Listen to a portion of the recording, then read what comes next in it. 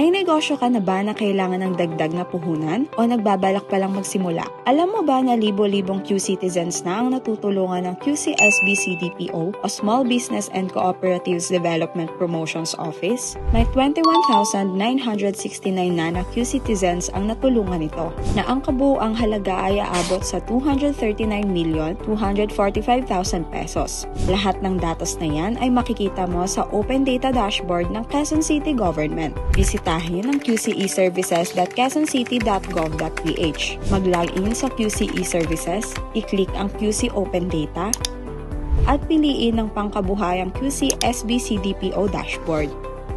Dito mo makikita ang tunay na bilang ng mga negosyong binigyan ng pagkakataong magsimula at lumago. Marami nang natulungan, di ba? Hindi ito basta bilang lang. Patunay ito na sa QC, ang pangarap ng negosyo may nakahandang suporta at pagkakataong umasenso.